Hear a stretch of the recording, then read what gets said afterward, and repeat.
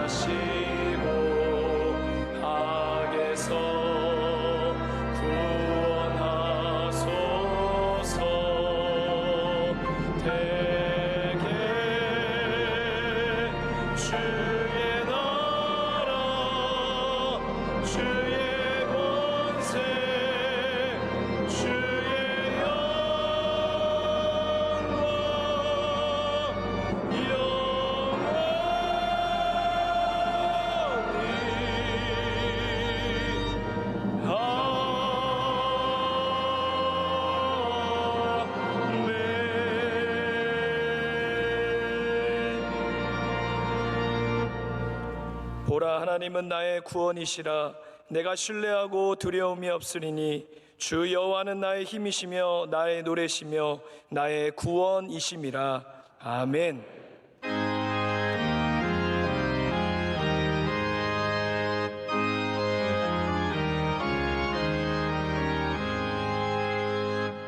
만복의 근원 하나님, 온 백성 찬송 드리고 저 천사여 찬송하세. 찬송 성부 성자 성령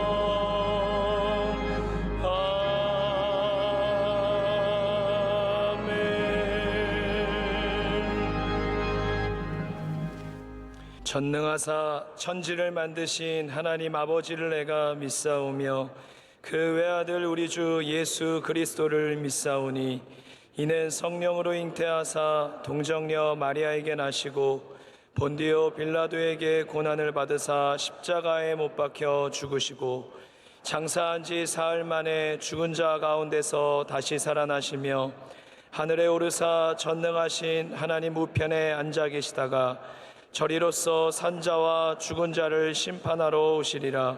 성령을 믿사오며 거룩한 공회와 성도가 서로 교통하는 것과 죄를 사하여 주시는 것과 몸이 다시 사는 것과 영원히 사는 것을 믿사옵나이다.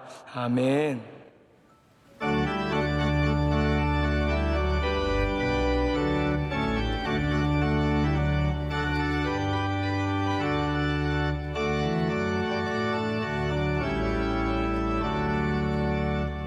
찬송으로 보답할 수 없는 큰 사랑, 주님께 영광 할렐루야.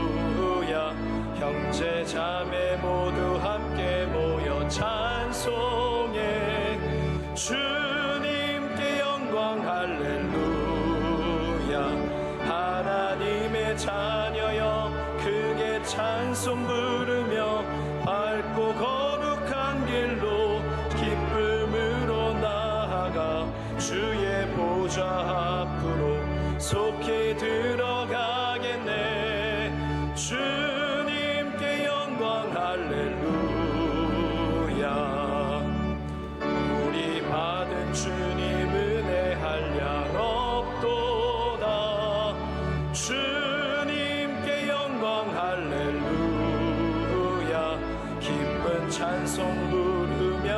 천국 가겠네.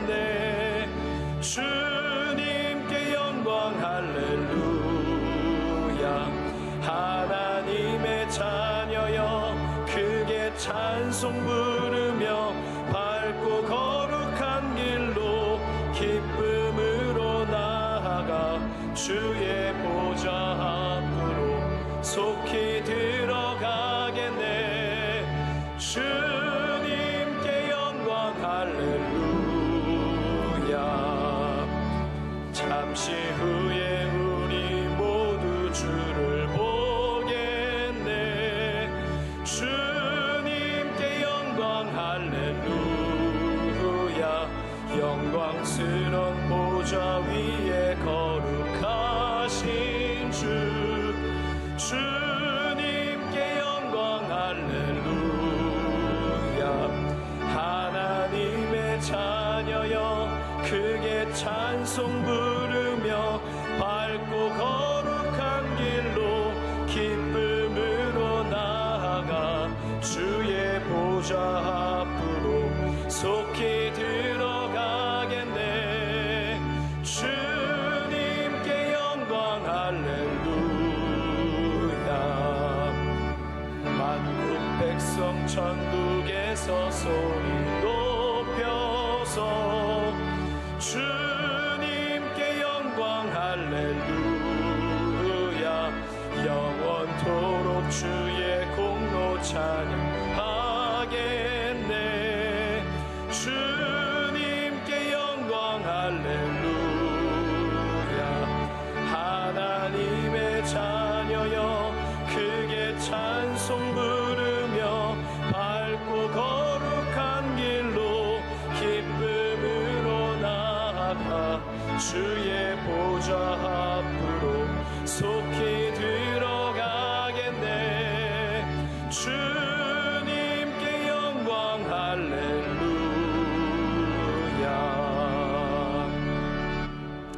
예배를 위하여 김용택 장로님께서 기도 인도하시겠습니다. 우리를 사망에서 생명으로 옮기신 하나님 아버지, 죄와 허물로 죽었던 우리를 보혈의 은혜로 용서해 주시고 오늘 거룩한 성일 예배의 자리로 불러주시니 감사합니다. 이 시간 우리의 찬양과 경배가 하나님께 상달되고 구원의 기쁨과 감격이 넘치는 은혜의 시간 되게 하옵소서. 대한민국을 사랑하시는 하나님 아버지, 새로운 정부를 출범케 하시고 지방선거를 통해 새로운 지도자들을 뽑아주시니 감사합니다. 대통령과 선출된 위정자들이 하나님을 경외하며 국민을 두려워하게 하시고 우리 모두 하나 되어 안보와 경제를 튼튼히 하여 희망찬 미래로 함께 나아가게 하옵소서. 6월 호국 봉헌의 달을 맞이하여 목숨 바쳐 나라를 구했던 선열들을 잊지 않게 하시고 그 유가족들을 위로하여 주시옵소서. 우리 모두 하나 되어 자유민주주의를 끝까지 지켜내는 대한민국이 되게 하시고 주님의 은혜로 복음 통일을 이루사 이 땅에 하나님 나라가 이루어지게 하옵소서. 하나님 아버지, 42년 전 이곳에 명성교회를 세우시고 복음 전파의 사명을 감당케 하시니 감사합니다. 주님께서 친히 세우신 이 교회를 천군 천사로 지키시고 보호해 주시옵소서. 세우신 담임 목사님에게 성령님께서 늘 동행하셔서 여호수아의 담대함과 엘리사의 영적 능력을 더하시고 선포하시는 말씀마다 생명이 살아나게 하시며 나날이 그 영적 지경을 넓혀 주시옵소서. 사랑하는 원로 목사님의 신원을 강건케 하시고 쉼없는 선교사역과 어려운 이웃을 섬기는 비전 선교 위에 주님의 크신 역사가 나타나게 하옵소서. 복음 들고 전 세계에 파송된 선교사님들의 안전을 지켜주시고 이 땅에 고통받는 자, 병든 자들에게 긍휼을 베푸사 위로하여 주시고 회복시켜 주시옵소서. 진행 중인 특혜도 대신방을 통해 주시는 말씀으로 영육이 회복되고 간구하는 기도 제목들마다 응답받는 놀라운 은혜가 넘치게 하옵소서. 이 시간 담임 목사님 말씀 전하실 때 상한 심령들이 치유받고 감사와 기쁨이 넘치는 은혜의 시간 되게 하옵소서. 이 모든 말씀 존귀하신 예수님의 이름으로 기도합니다. 아멘.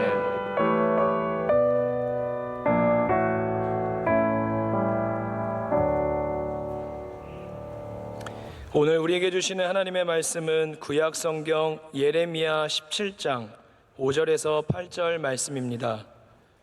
구약 성경 1077쪽에 있는 예레미야 17장 5절에서 8절 말씀입니다. 이 말씀을 김겸손 이현실 집사님께서 봉독해 주시겠습니다. 여호와께서 이와 같이 말씀하시니라. 무릇 사람을 믿으며 육신으로 그의 힘을 삼고 마음이 여호와에게서 떠난 그 사람은 저주를 받을 것이라. 그는 사막의 떨기나무 같아서 좋은 일이 오는 것을 보지 못하고 광야, 간조한 곳, 건건한 땅, 사람이 살지 않는 땅에 살리라. 그러나 물은 여호와를 의지하며 여호와를 의뢰하는 그 사람은 복을 받을 것이라. 그는 물가에 심어진 나무가 그 뿌리를 강변에 뻗치고 더위가 올지라도 두려워하지 아니하며 그 잎이 청청하며 가무는 해에도 걱정이 없고 결실이 그치지 아니함 같으리라. 아멘.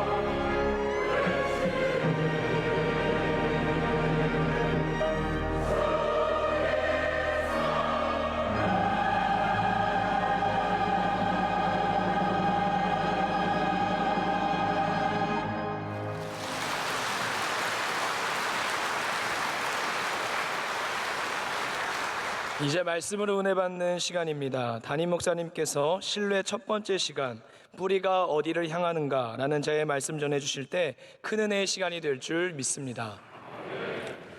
네, 아름다운 찬양대 귀한 찬양 하나님께서 영광 받으신 줄로 믿습니다.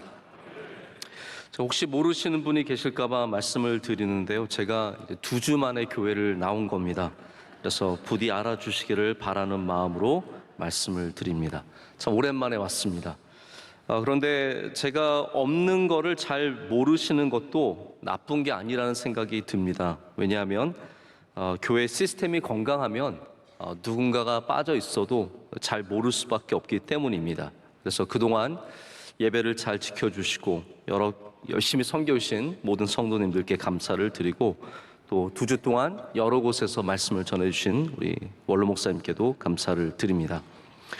저희가 일상을 살아도 하나님의 역사하심, 하나님의 인도하심을 느낄 때가 많지만 낯선 곳에 가면 특별히 하나님의 은혜를 더 강하게 더 그리고 가깝게 느낄 때가 있는 것 같습니다. 사람을 만나도 또 때로는 어떤 책이나 글이나 어떤 것들을 만날 때도 항상 거기에 여기 하나님의 은혜가 있다라는 것을 느낄 때가 있습니다. 돌아오는 길에도 그런 경험이 있었습니다. 제가 좀 비행기를 오래 타야 하다 보니까 비행기 타기 전에 공항에 있는 서점에서 좀 책을 보게 되었습니다. 뭔가를 읽을까 이렇게 좀 돌아보다가 별로 읽을 게 없어서 나오려고 하는데 카운터 앞에 이렇게 모아놓은 책 더미들이 있었는데 거길 가만히 보니까 책 제목들이 하버드 비즈니스 리뷰라고 하는 HBR이라고 하는 그러한 책들이었습니다. 정말 재밌는 내용들, 흥미로운 내용들의 책들이 있었는데 그 중에서 제가 또 뭐 가방도 무겁고 그러니까 2권을 딱 골라서 샀습니다. 그 중에 하나가 뭐였냐면 2022년에 꼭 읽어야 하는 10개의 아이디어라는 제목의 책이었습니다. 근데 공교롭게 그 안에 있는 첫 번째 글이 제목이 이랬습니다. Start with trust. 신뢰로 시작하라라는 그러한 제목의 글이었습니다. 이 안에 어떤 내용이 있냐면요. 미국의 우버라고 하는 이 자동차 공유 개념, 택시 개념의 그러한 기업이죠. 이게 굉장히 획기적인 비즈니스 모델이었는데 이 창립자가 도덕적인 문제를 좀 갖고 있었고 그리고 회사 안에 있는 문화가 굉장히 공평하지 않았고 폭력적인 부분이 있어서 회사가 갑자기 큰 어려움을 겪었던 적이 있습니다. 소비자들이 더 이상 우버를 신뢰하지 않고 그 기업을 이용하는 것을 거부했기 때문이죠. 그랬을 때 한 펌이 들어가서 그 회사를 어떻게 고쳐보겠다고 작정을 하고 시작한 일에 대한 내용으로 글이 시작이 되었습니다. 감사하게도 그 펌이 한 것이 무엇이었냐면 우리가 문화를 바꿔야 한다 그런 내용이 아니라 우리가 잃어버린 신뢰를 어떻게 되찾을 수 있을까. 그래서 모든 비즈니스의 모델이 다 중요한 이야기들이 있겠지만 신뢰를 잃어버린 비즈니스는 더 이상 아무것도 할 수 없다라는 것, 그것을 굉장히 중요하게 여기면서 모든 것의 시작이 신뢰의 회복이 되어야 한다라는 것을 아주 설득력 있게 적은 글이었습니다. 제가 그 글을 읽으면서 계속해서 저의 마음을 두드리는 이 단어가 있었습니다. 신뢰라는 단어죠. Trust, 신뢰. 여러분 성경에는 신뢰라는 단어가 여러 가지로 교차적으로 등장을 합니다. 오늘 여러분이 읽은 교동문, 여기에 나오는 여호와를 의뢰하라, 여호와를 의지하라, 다 이게 사실 신뢰하라는 뜻입니다. trust예요. 그래서 신뢰, 의뢰, 의지하다, 믿는다, 이 모든 것들이 같은 의미를 갖고 있습니다. 여러분 성경에서 얼마나 자주 만나는 단어입니까? 또 우리가 얼마나 이 단어를 많이 사용합니까? 그렇다면 우리가 만약 우리의 신앙을 다시 쌓아가야 한다면 어디에서부터 시작해야겠냐라는 것이죠. 신뢰, 하나님을 의지하는 것, 할렐루야. 하나님을 의뢰하는 것, 하나님을 믿는 것, 하나님을 붙잡는 것에서 다시 시작해야 한다는 말입니다. 우리 포스트 팬데믹의 시대를 어떻게 열어야 할까 많은 고민을 합니다. 앞으로 팬데믹 이후는 어떻게 살아가야 할까? 그럼 모든 시작은 무엇이라고요? 신뢰로 시작해야 합니다. 하나님을 의지하는 것, 하나님을 의뢰하는 것에서 시작할 때 우리가 새 시대를 열어가는 주님의 백성들이 될 줄로 믿습니다. 그래서 성경에는 이 신뢰라는 단어가 의지하다라는 단어와 함께 쓰이는 것을 굉장히 중요하게 발견하게 됩니다.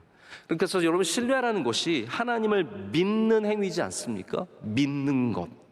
그런데 그 믿는 행위 가운데 특별히 우리가 하나님을 의지하는 것, 우리가 어떻게 해야 할지 모를 때 하나님께 우리의 삶을 의뢰하는 것, 이것이 바로 신뢰의 가장 중요한 핵심적인 행위라는 것을 발견하게 됩니다.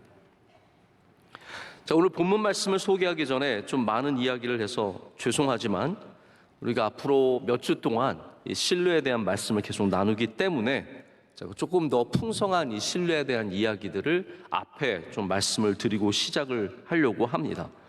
하나님과 백성의 관계라는 것은 계약 관계, 언약 관계라고 합니다. 근데 언약이라는 것은 신뢰가 없으면 존재할 수 없는 것입니다.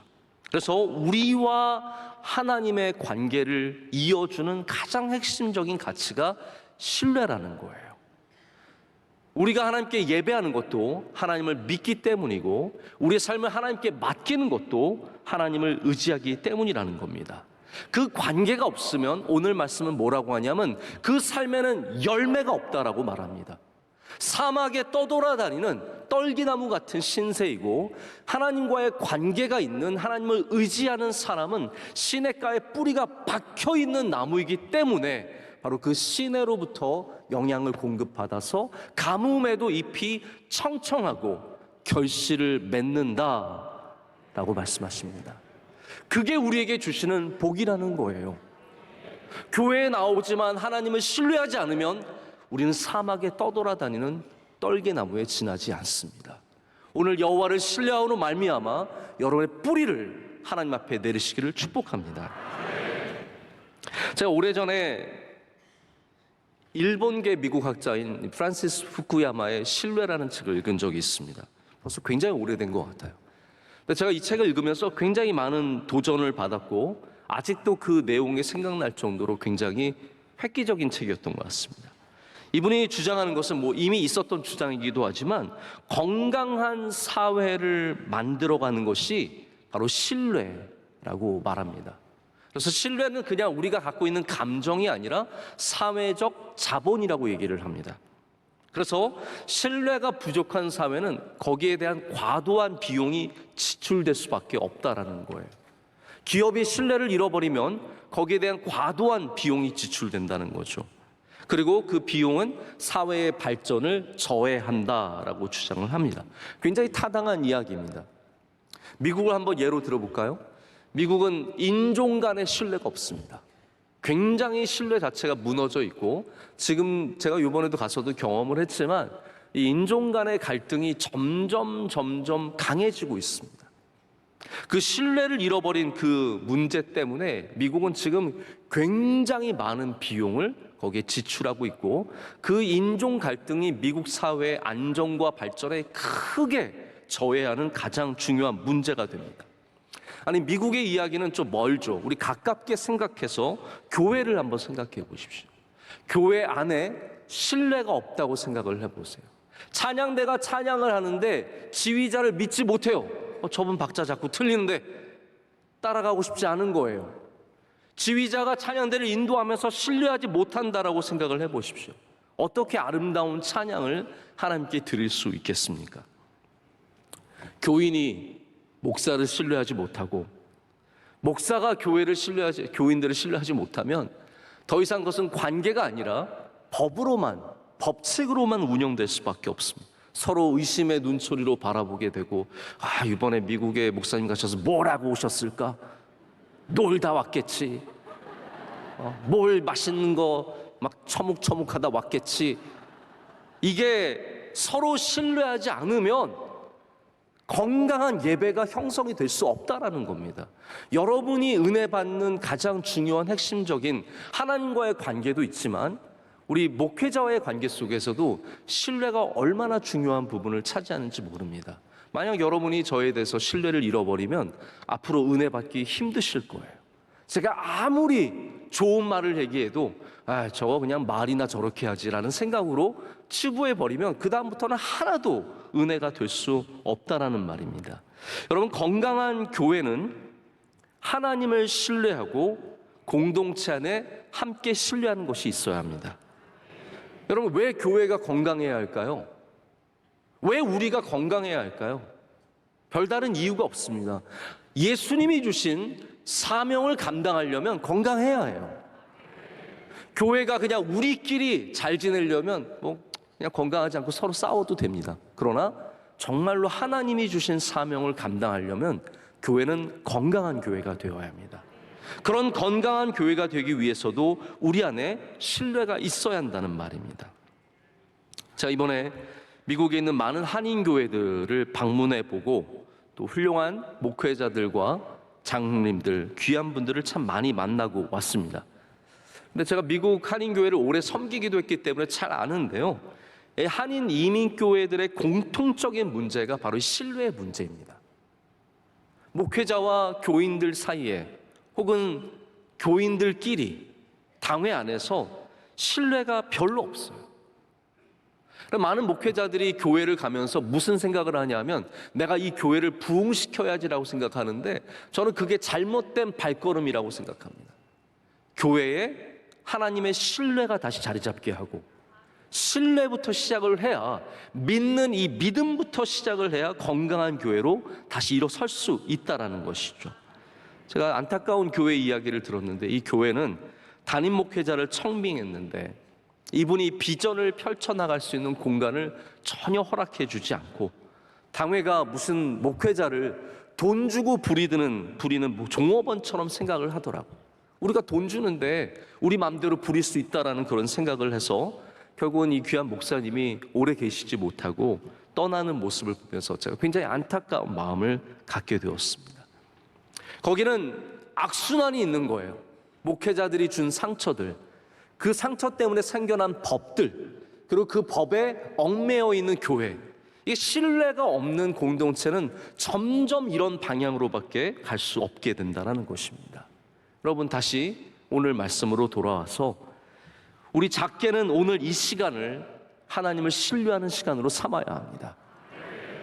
우리의 하루를, 우리의 가정을, 우리의 아이들을, 우리의 삶을, 우리의 커리어를, 우리의 비전을 여호와 하나님께 의뢰하고 의지하며 맡길 때 주님께서 그곳에 주의 복을 더해 주실 줄로 믿습니다.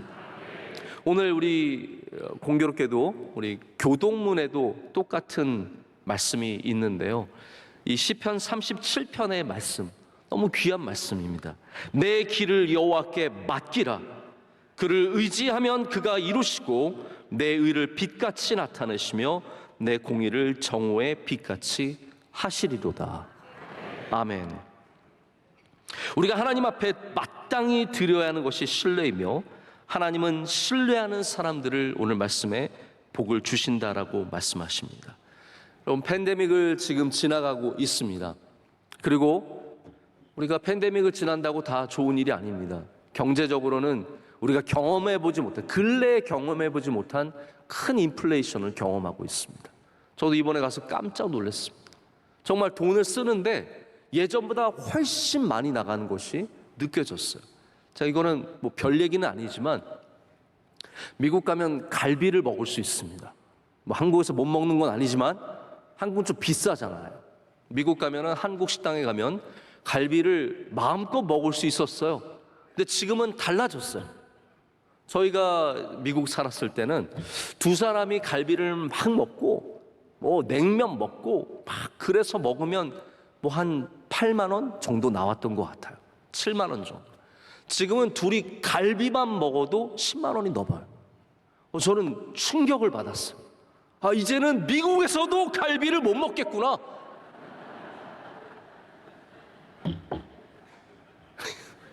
너무 어이가 없는 거예요. 인플레이션이 지금 굉장히 심각한 문제입니다. 우리 삶이 더욱 메말라가고 있으며 우리 시대는 점점 어려워지고 있습니다.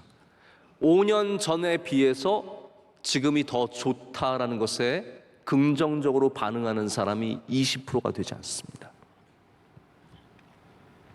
점점 어려워지는 이때에 우리는 다시 우리 주 예수 그리스도를, 우리 아버지 되시는 하나님을, 그리고 우리와 함께 하시는 성령님을 신뢰하는 길을 걸어야 할 줄로 믿습니다. 자, 그러면 구체적으로 신뢰는 어떠한 모습일까요? 오늘 말씀을 하나하나 다 살펴보면 좋겠지만 우리 특별히 8절 말씀을 좀 생각해 봤으면 좋겠습니다. 우리 8절 말씀 다 같이 한 목소리로 읽겠습니다. 그는 물가에 심겨진 나무가 그 뿌리를 강변에 뻗치고 더위가 올지라도 두려워하지 아니하며 그 잎이 청청하며 가무는 해에도 걱정이 없고 결실이 그치지 아니함 같으니라. 아멘. 아멘. 이 말씀을 아멘으로 받아들이시기를 축복합니다.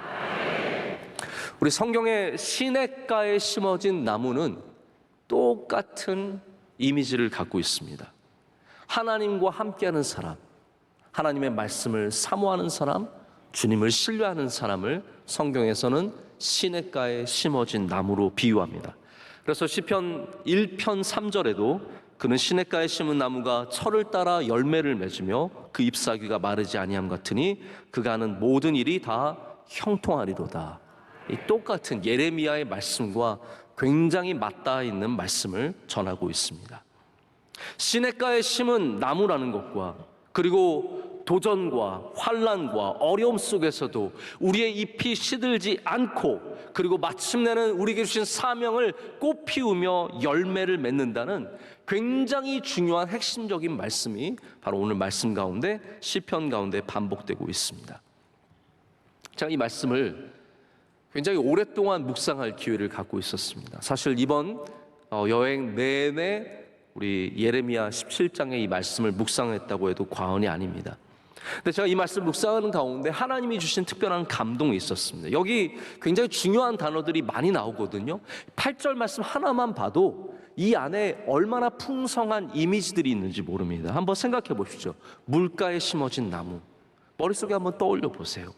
뿌리, 그리고 극심한 더위, 우리가 기대하지 않았던, 원하지 않았던 가뭄, 그런데 걱정이 없다라고 말하고 있고요, 결실한다라고 성경은 얘기하고 있습니다.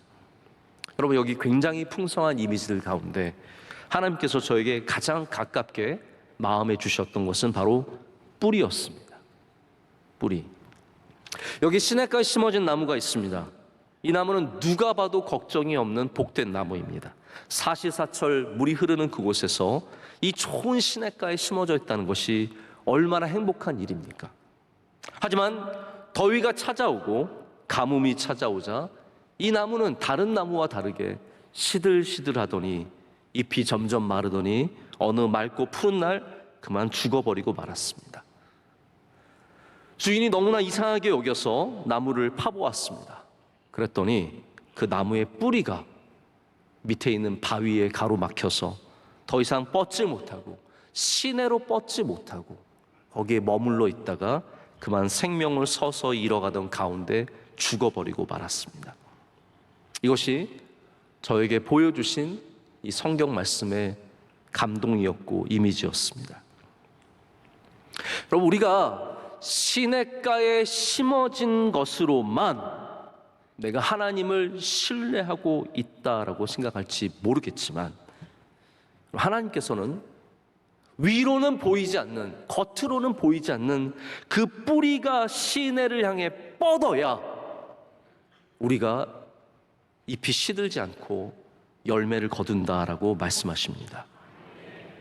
그래서 영어 성경이 좀 더 명확하게 표현이 되어 있는데요, 뿌리를 시내로 뻗는다, 보낸다라는 표현을 씁니다. send out이라고 써서 이 뿌리가 역동적으로 시내를 향해 가는 것을 표현하고 있습니다. 그럼 하나님을 신뢰한다는 것은 우리가 시냇가에 심어진 것으로만은 부족합니다. 우리의 뿌리가 보이지 않는, 남들에게 보이지 않는 우리의 뿌리가 바로 그 생수의 근원인 그 시내를 향해 갈 때야 비로소 우리는 하나님을 신뢰하는 사람이 될 수 있다는 말입니다. 저의 삶의 자리는 항상 시냇가였습니다. 저는 어렸을 때도 교회에서 자랐고 지금도 저는 교회에서 일을 하고 있습니다. 저의 사무실은 교회에 있습니다. 늘 교회에서 예배를 드리고 설교를, 제가 하는 모든 일들이 교회와 관계된, 그리고 말씀과 관계된 일입니다. 말씀을 준비하고 말씀을 선포하고 찬양을 듣고, 만나는 사람들은 제가 뭐 이상한 사람들 만나겠습니까? 늘 만나는 사람들은 교회 목사님들, 훌륭한 교계 지도자들과 또 우리 교회에 참 믿음 좋으신 성도님들입니다. 그런데 하나님을 정말로 신뢰한다는 것은 내가 그분들을 만나기 때문이 아니라, 내가 그냥 시냇가에 심겨졌기 때문만이 아니라, 나의 삶 속에 내 일터가 교회라는 것으로 내가 시냇가에 심어진 나무로 신뢰한다는 말이 절대로 아니거든요. 내가 설교를 준비한다고 내가 하나님을 신뢰한다는 말이 절대로 아니거든요. 내 안에 심령이, 내 안에 뿌리가 하나님을 향해 뻗어 있어야 그게 정말로 하나님을 신뢰한다는 말입니다. 여러분, 시냇가에 심어진 나무가 되시기를 축복합니다. 근데 더 중요한 문제는 여러분의 뿌리가 어디를 향하고 있느냐입니다. 어디를 향하고 있느냐. 영화에 우리나라에서 로코라고 부르는 로맨틱 코미디라는 장르가 있습니다. 여러분 영화 대사 가운데 그거 기억나세요? 넌 학생이고 난 선생이야.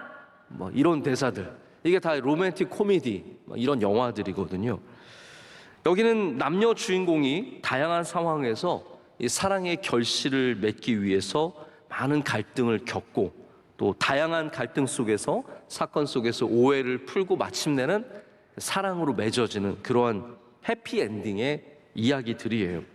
로맨틱 코미디가 새드 엔딩인 거 보신 적 있으십니까? 다 해피엔딩이잖아요. 막 공항에 여자가 오해를 하고 공항으로 갑니다. 꼭 오해하면 공항 가더라고요. 네, 그래서 나 떠날 거야. 다 끝났어. 그래서 티켓을 사서 갑니다. 근데 가던 중에 뭔가 아주 특별한 사건이 생기죠. 누가 엄마가 전화를 했는데 얘야 뭐 얘기하다 보니까 오해였어요.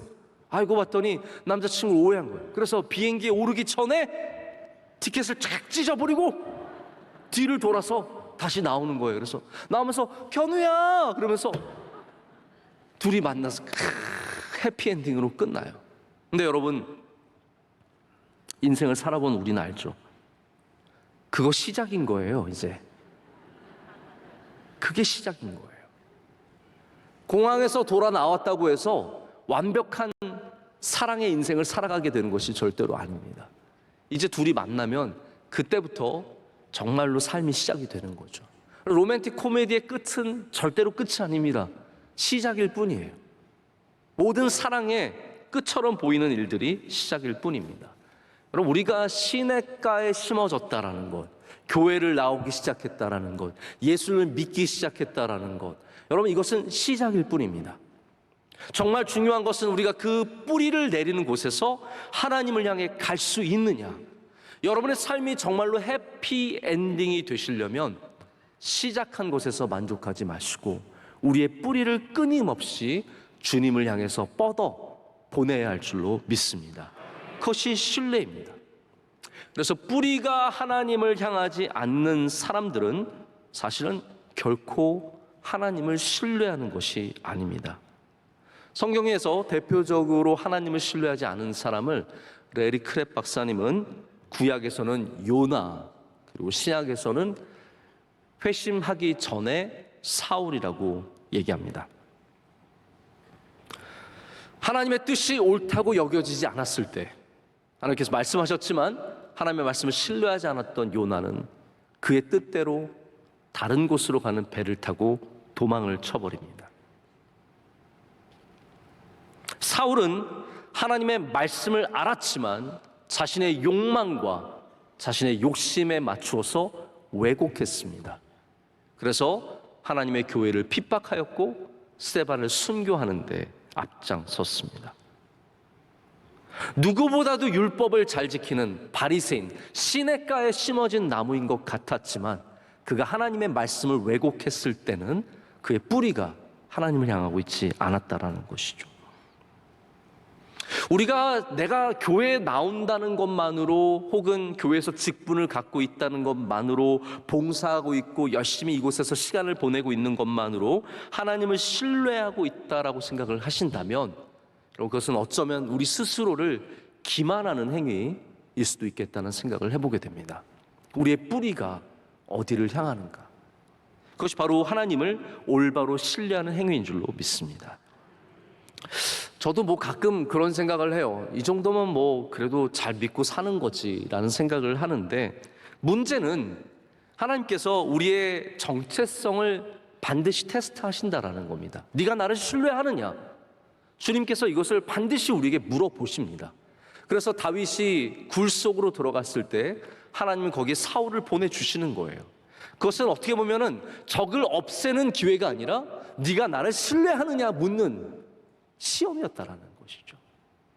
하나님께서 항상 이렇게 우리의 정체성을 시험을 하십니다. 그것이 오늘 말씀에는 가뭄이라는 단어로 등장을 합니다. 더위와 가뭄.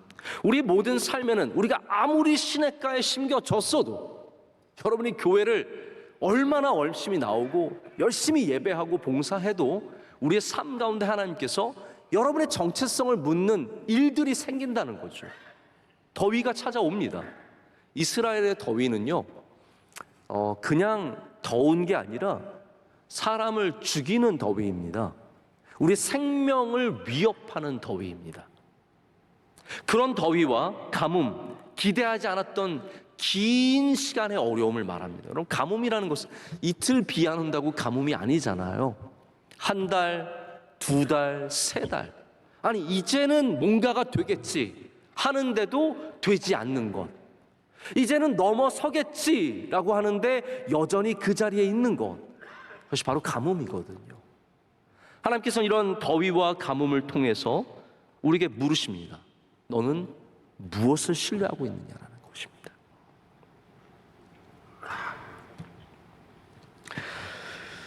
5절의 말씀은 하나님을 신뢰하지 않는 사람의 모습을 보여주고 있습니다. 여호와께서 이와 같이 말씀하시니라. 무릇 사람을 믿으며 육신으로 그의 힘을 삼고 마음이 여호와께서 떠난 그 사람은 저주를 받을 것이라. 여러분, 이 말씀은 더위와 가뭄의 때에 사람을 찾으며 육신을 믿으며 여호와를 떠나는 사람들이 어떻게 되는지를 보여주시는 말씀입니다. 저도 가끔 살아가다 보면 어떤 순간순간마다 이거는 그냥 어려움이 아니라 하나님께서 나의 정체성을 물어보시는 시간이구나 라는 것을 깨달을 때가 있습니다. 그때에 제가 하나님을 신뢰합니다. 제가 여호와를 의지합니다. 저에게는 하나님밖에 없습니다 라고 말하는 것이 우리의 복인 줄로 믿습니다. 그런 사람을 하나님께서는 절대로 버리시지 않겠다라고 말씀하시는 거죠. 더위를 이겨내게 하시고 가뭄을 넘어서게 하셔서 마침내는 열매를 맺게 하신다라고 오늘 본문 말씀에 말씀하십니다. 제가 처음에 말씀드렸던 신뢰로 시작하라는 글이 있지 않습니까? 여기는 우리가 신뢰를 형성하는데 아주 중요한 세 개의 요소가 있다라고 얘기를 합니다. 어떻게 신뢰를 형성해야 할까? 그 삼각형이 되는 세 가지 꼭지점이 있는데 그 첫 번째가 뭐냐 하면 authenticity래요. 이 authenticity는 뭐냐 하면 진실성, 진정성을 말합니다. 저는 여기에 굉장히 큰 충격을 받았습니다. 우리가 어떻게 신뢰를 하게 되느냐? 그럼 신뢰는 겉으로 보이는 시냇가의 나무만이 아니라고 말씀을 드렸고 우리의 뿌리라고 말씀을 드렸습니다. 우리의 뿌리는 무엇일까요? 바로 우리의 진정성을 말합니다. 우리의 진실됨. 우리 하나님 앞에서 진실되게 하나님을 신뢰하는 사람은 반드시 복이 있습니다. 겉으로만이 아니라 보여지는 것만이 아니라 내 안에 있는 것으로 하나님을 향하는 그 진실성을 가진 사람은 하나님께 바로 신뢰의 사인을 드릴 수 있는 사람이 되는 겁니다. 하나님 앞에서 진실되는 것은 감추지 않는 것이고 속이지 않는 것이고 의로운 척하지 않는 것이며 믿는 척하면서 내 맘대로 하는 것이 아니고, 예스라고 하지만 속으로는 노라고 말하는 것이 아니라, 위에 땅에만 시냇가에 심겨진 것이 아니라 아래의 뿌리가 하나님을 향하는, 중심이 하나님을 향한 그러한 신뢰인 줄로 믿습니다. 철로 역정을 지은 존 버년이 이렇게 진실됨에 대해서 말을 합니다. 진실하다는 것은 혼자 구석에 있을 때나 온 세상 앞에 나설 때나 똑같다는 뜻입니다. 두 개의 가면을 가지고 사람들 앞에 보일 용도와 사적인 용도로 가려 쓰지 않는다는 뜻입니다. 기도의 의무를 행할 때 반드시 하나님 앞에서 그와 함께 한다는 뜻입니다. 하나님이 그러하시듯 입술의 수고에 주목하는 대신 자기의 마음이 진실한지 살펴본다는 뜻입니다. 자, 여러분, 이 말씀이 너무 귀하지 않습니까? 우리의 입술의 수고에 주목하지 말고 내 마음의 진실함에 주목하라는 것입니다. 그게 진실된 하나님 앞에 진정성을 보여드릴 수 있는 길입니다. 그것이 하나님을 신뢰하는 사람들이 보여주는 자세입니다. 자, 말씀을 정리를 하고 맺도록 하겠습니다. 저도 이제 목회를 하면서 뭐 항상은 아니지만 가끔씩 제가 신뢰가 안 가는 사람들을 만날 때가 있습니다. 제가 그래서 좀 생각을 해봤어요. 오늘 말씀에 좀 비춰봐. 제가 왜 그분을 신뢰하지 못하고 그 사람을 신뢰하지 못할까? 왜 이 일을 그분한테 맡기지 못할까? 그런 생각을 해보게 되었는데, 대부분의 케이스들은 뭐 잘하고 못하고를 떠나서 진실됨을 보이기를 실패한 사람들입니다.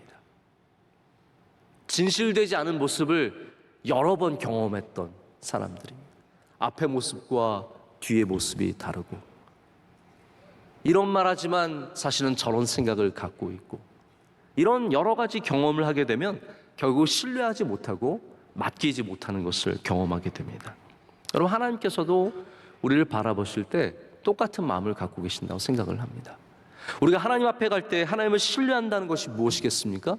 우리 하나님 앞에서 우리의 뿌리가 우리의 위의 모습과 똑같은 모습을 가질 때, 우리의 뿌리가 어떤 다른 곳으로 향하는 것이 아니라 오직 여호와 하나님을 향해서 갈 때, 하나님은 우리가 하나님을 신뢰하는지를 아시게 되신다라는 겁니다. 오늘 주님을 신뢰하시기를 축복합니다. 머리가 좋은 게 신뢰가 아닙니다. 능력이 좋은 게 신뢰가 아닙니다. 아이디어가 많고 능력이 있어서 힘이 있어서 내가 일을 잘하는 게 신뢰가 아니라는 거예요. 오늘 말씀은 신뢰의 핵심은 우리의 마음이, 우리의 진실됨이 변치 않고 하나님을 향한다라는 것을 보여주고 있습니다. 오늘 이번 달에 우리가 더욱더 성령 충만하기를 원합니다. 오늘 성령 강림 주일입니다. 바로 이날 주의 제자들이 다락방에 모여서 함께 기도하고 진실된 모습으로 하나님께 나아갈 때, 하나님께서는 그들에게 성령을 부어주셨고 성령 충만함의 은혜를 주셨습니다. 오늘도 우리가 진실되게 하나님께 나아갈 때, 변치 않는 모습으로 하나님께 나아갈 때, 하나님께서 여러분에게, 우리에게 성령을 부어주시고 성령의 충만한 역사로 함께 하실 줄로 믿습니다. 기도하겠습니다. 하나님 아버지, 감사합니다. 오늘 주님의 귀한 백성들을 불러주시고 우리 시냇가로 찾아오게 하심을 감사합니다. 하나님, 우리의 뿌리도 하나님을 향하게 하여 주시옵소서. 세상의 수많은 자리들, 세상의 수많은 기쁨들, 우리의 뿌리가 그곳을 향하는 것이 아니라 우리 하나님 안에서의 기쁨과 하나님 안에서의 평안을 향해 뻗어나가게 하여 주시옵소서. 그런 자들에게 하나님께서 날마다 잎의 청청함과 그리고 결실함의 은혜를 주실 줄로 믿습니다. 예수님의 이름으로 기도드립니다. 아멘.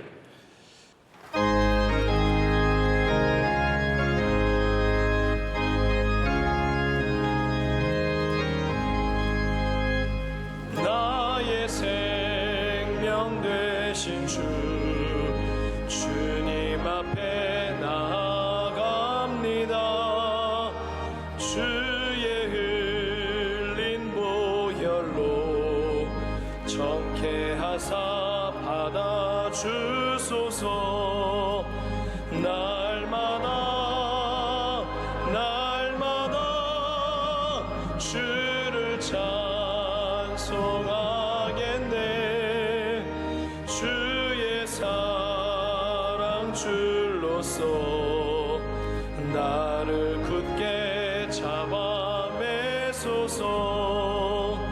괴로운 세상 지낼 때 나를 인도하여 주소서. 주를 믿고 나가면 나의 길을 잃지 않겠네. 날마다 주를 찬송하겠네. 주의 사랑 줄로서 나를 굳게 잡아 매소서. 세상 살아갈 때에 주를 더욱 사랑합니다. 밝고 빛난 천국에 나의 영혼 들어가겠네. 날마다 주를 찬송하겠네. 주의 사랑 줄로서 나를 굳게 잡아 매소서.